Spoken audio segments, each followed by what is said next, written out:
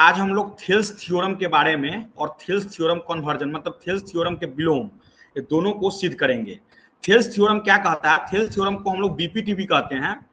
BPT का अर्थ होता है कि बेसिक प्रोपोर्शनलिटी थ्योरम, मतलब कहने का अर्थ है कि एक कह रहा है, देखो थेल्स, इसी को थेल्स थ्योरम भी कहते हैं, इसी का नाम भी आ जाता है क्योंकि यह थ्योरम जो है थेल्स नामक एक व्यक्ति ने दिया था।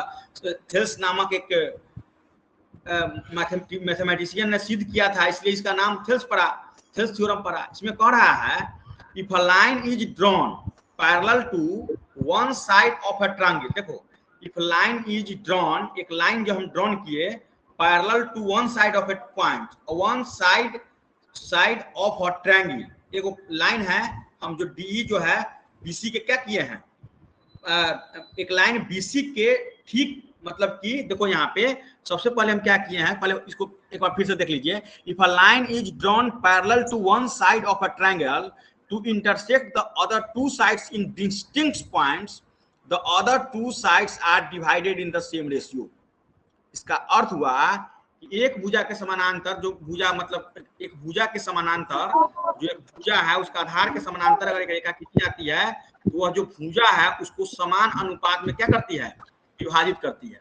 यही बात कह रहा है। इसमें हम क्या किए हैं, इसमें हम सबसे पहले हम लिखे हैं, क्या लिखे हैं कि चूंकि ट्रायंगल एबीसी है जिसमें बीसी पैरेलल टू डी है, देखो यहाँ पे बीसी है, यह पैरेलल किसके है, किसके है, डीई के है। बीसी जो है पैरेलल है किसके, डी के। यह दिया गया है, हमको सिद्ध क्या करना है, सिद्ध करना है यह देखो यहाँ ए डी बटे डी बी बराबर ए ई बटे ई सी, यही हमको क्या करना है, सिद्ध करना है। यही हमको क्या करना है, सिद्ध करना है। हम क्या करेंगे उसके बाद, हम क्या करें, हमको कुछ रचना करना पड़ेगा। क्या करना पड़ेगा, हम रचना किए। रचना क्या किए, यहाँ देखो डी से डी ए पर एक लंब डाला, देखो यहाँ पे यहाँ हम क्या लिखे, डी से एम, डी एम लंब ए, मतलब डी से ए पर, देखो यहाँ पर डी यहाँ है, यहाँ से ए एक लंब डाला, जिस ए पर एक लंब डाला जिसका नाम हम रखे डीएम लंब हो गया, तथा ई से इस ई पॉइंट से एडी पर एक एन लंब डाला, तो एन लंब एडी डाला। हमने इतना काम किया, यहाँ पर लंब डाला और यहाँ पर लंब डाला। उसके बाद है यहाँ पे देखो डी को सी से मिला दिया और बी को ई से मिला दिया, यह हम रचना किए हैं। उसको हम इतना बात आ गई समझ में कि हम डी को सी से और बी को ई से मिलाया। यहाँ पर डी को सी से तथा बी को ई से मिलाया, यहाँ फिगर में देखिए डी को सी से बी को ई से मिला दिया। उसके बाद कह रहा है, उसके बाद हम करेंगे प्रमाण। प्रमाण में क्या करेंगे, देखो ऊपर देखो, चूंकि ट्रायंगल ए डी ई एक त्रिभुज बन रहा है, ए डी ई एक ट्रायंगल क्या बन रहा है, ए डी ई, और एक ट्रायंगल बन रहा है डी बी ई। यहाँ एक ट्रायंगल देख लो यहाँ ए डी ई और एक ट्रायंगल डी बी ई, दिख रहा है सबको।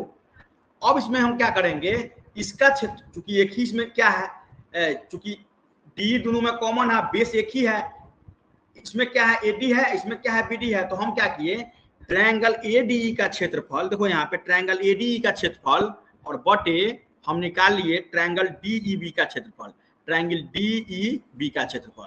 तो इसमें देखो हम ऊपर देखेंगे त्रिभुज का क्षेत्रफल क्या होता है, त्रिभुज का क्षेत्रफल होता है half into B into H, ये ना होता है, आधार गुणे शीर्ष लंब, होता है कि नहीं होता है। तो ट्रायंगल एडी का क्षेत्रफल क्या लिखिए, हाफ इंटू, इसमें देखो इसमें इसका आधार क्या हो जाएगा, आधार हो जाएगा एडी, इसका आधार हो जाएगा एडी, और इसका ऊंचाई क्या हो जाएगा, उसका ऊंचाई देखो हो जाएगा ई एन, चूंकि हम अगर एंगल ए डी ई में लेंगे तो ई एन हमारा क्या हो जाएगा, परपेंडिकुलर हो जाएगा, और एडी क्या हो जाएगा, एडी आधार हो जाएगा। तो ट्रायंगल एडी का क्षेत्रफल क्या हो जाएगा, half into AD into E N.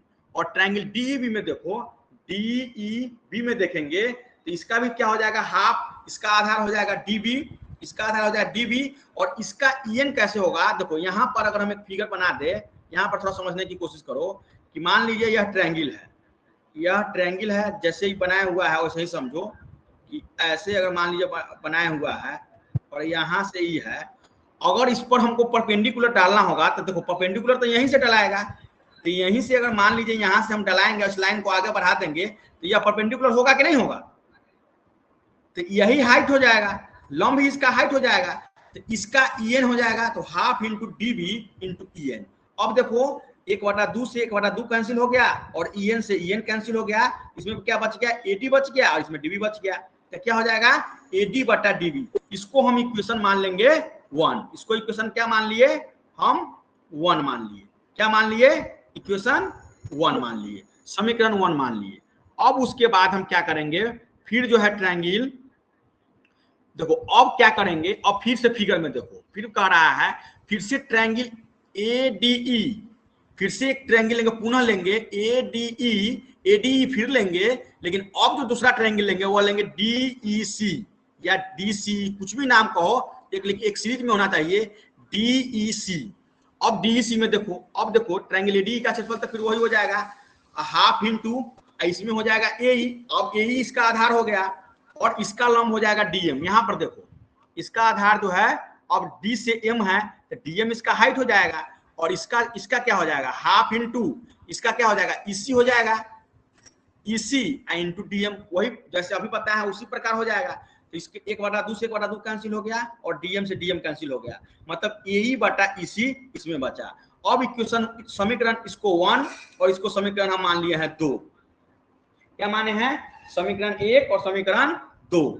अब एक चीज हमको आपको पता होगा, क्लास 9th में ही पढ़ना है, आपको पता है कि अगर एक ही आधार हो, एक लाइन यहाँ पे लिखेंगे, एक ही आधार पर बने दो त्रिभुजों के क्षेत्रफल बराबर होते हैं। अगर आधार एक है और दो एक ही आधार है तो दो त्रिभुज का क्षेत्रफल क्या होता है बराबर होता है।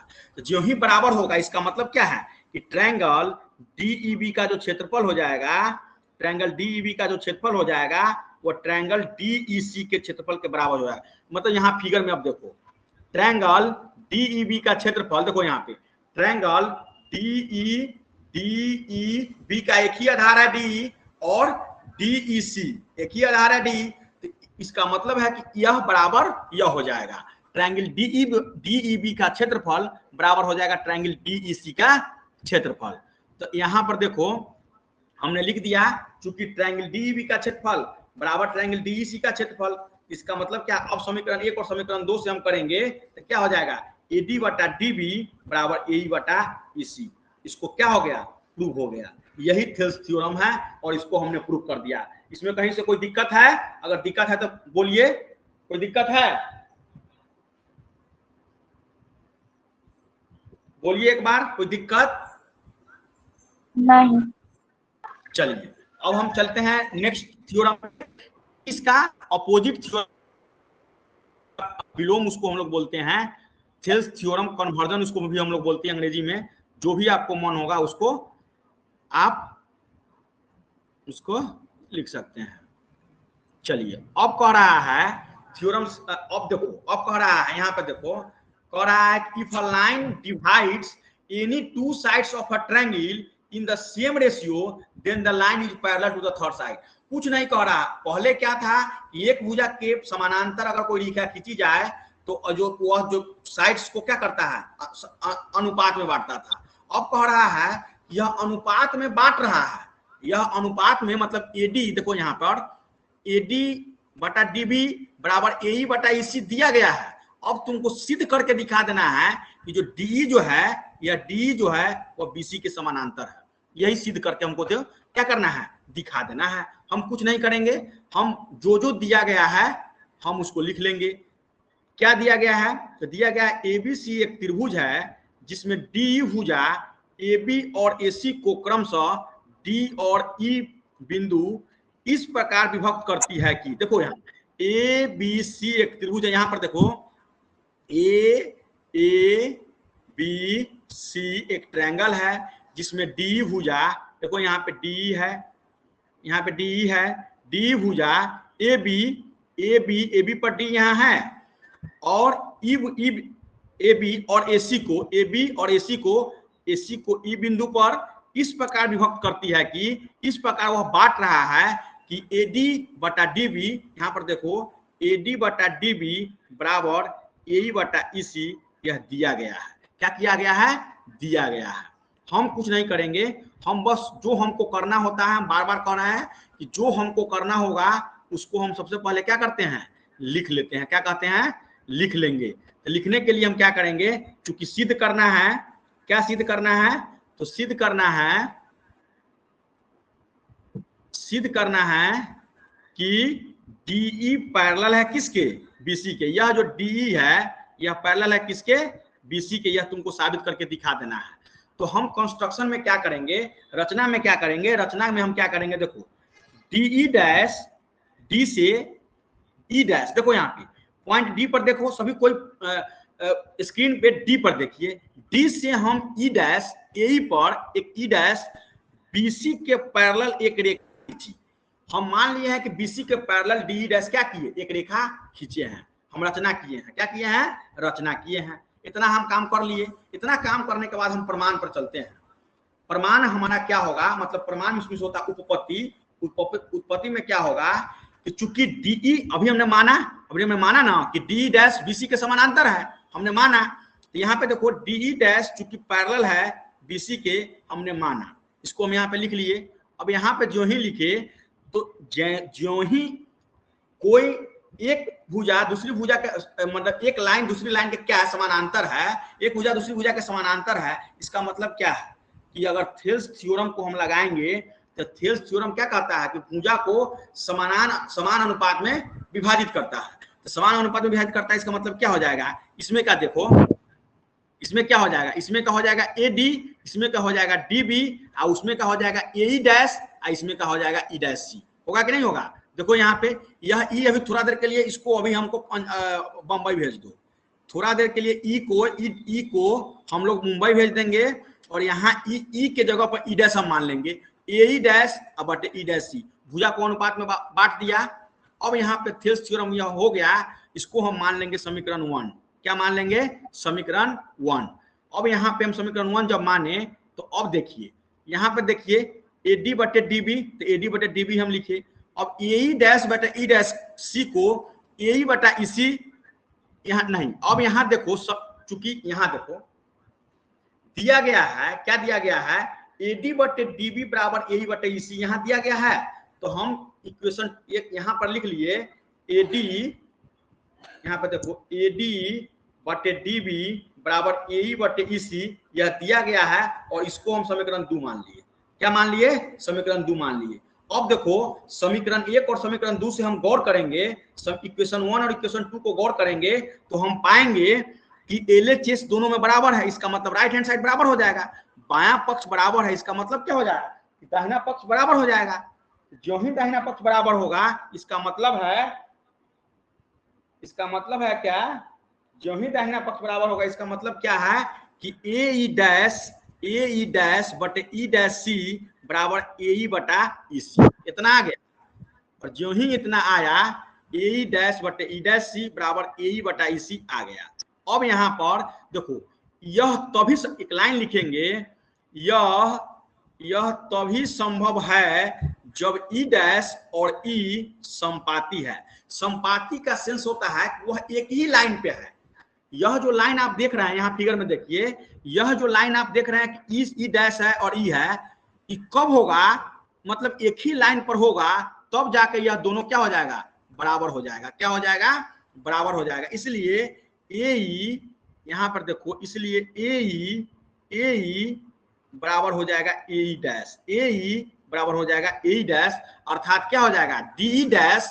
इसका अर्थ होगा कि DE डैश, देखो यहाँ पे DE डैश, यहाँ पे जो DE डैश है, यहाँ पे जो DE डैश है वो BC के क्या हो जाएगा?